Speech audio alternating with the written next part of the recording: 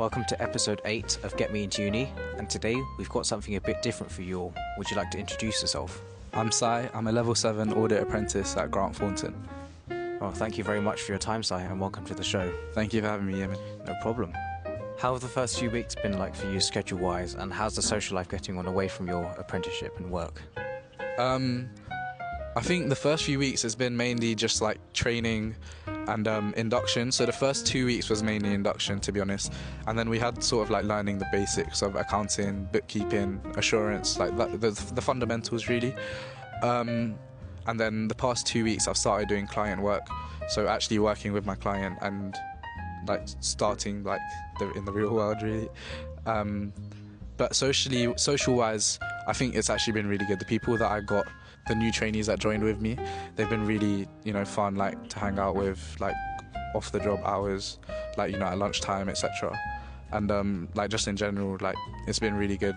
Work socials have been really good. Like we had a quiz night with it was really good. Like work drinks, work socials, they're just really fun, to be honest. Like I think it's a big misconception that when you start an apprenticeship you have no social life, but like on the weekends I've literally met so many of my friends that go uni as well, and like going to all these different events. Yeah, I think it's been really fun as well socially.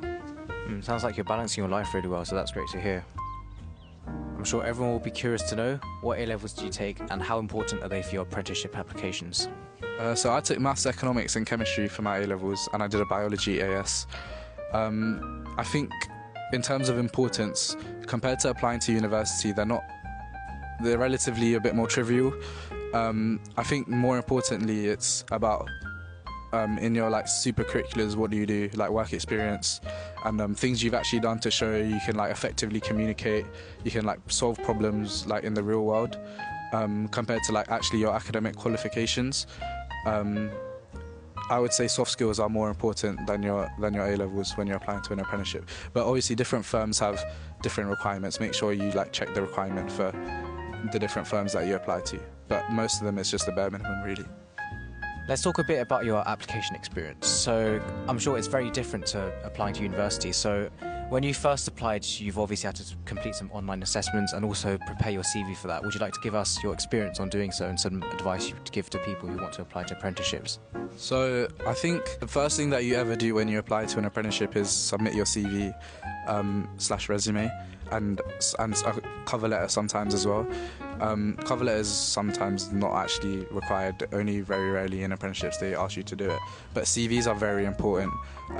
Obviously it's the initial phase, so they're trying to eliminate a lot of the applicants at the start. A big tip about CVs is tailoring. So you want to see the job description on the company website. From there you want to find the keywords. It might be effective communication, problem solving, leadership, stuff like that, and you want to put those kind of words like in application. So for example, I did a work experience or I did a project in school and I learned how to do the XYZ skills. You learned those skills. And then online assessments, so mainly they want to test your problem solving in online assessments. You want to be making sure that you're on time, you do everything within the time limit. You want to make numerically they expect you to be quite good, especially for I applied to a finance role. Numerically you want your maths one to be quite good as well, your maths assessment.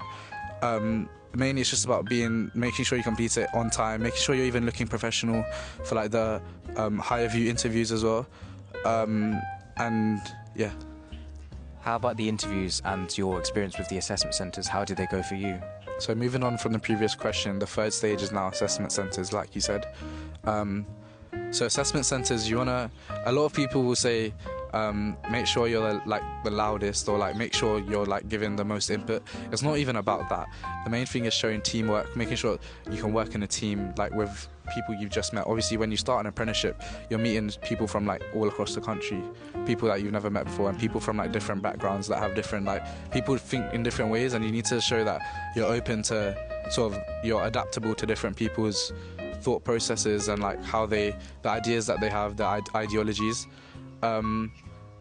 There's a few things, maybe like offer to be the timekeeper, and like ask people's inputs. If someone's being a bit quiet, maybe a bit shy, in a polite way, like in a nice way, be asking, do you have any ideas or something like that.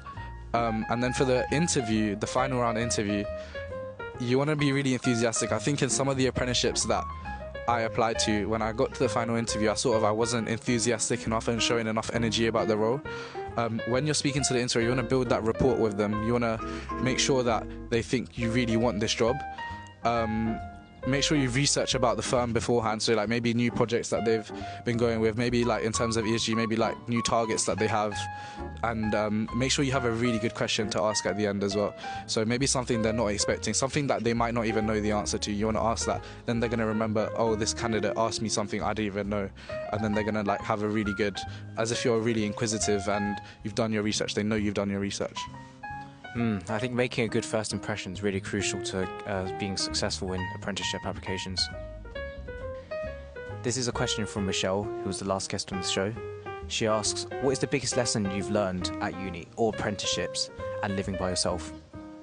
To answer Michelle's question, I think the biggest thing I've learned from doing an apprenticeship, obviously, probably everyone there is like, it's their first time working in like a big corporate job or whatever.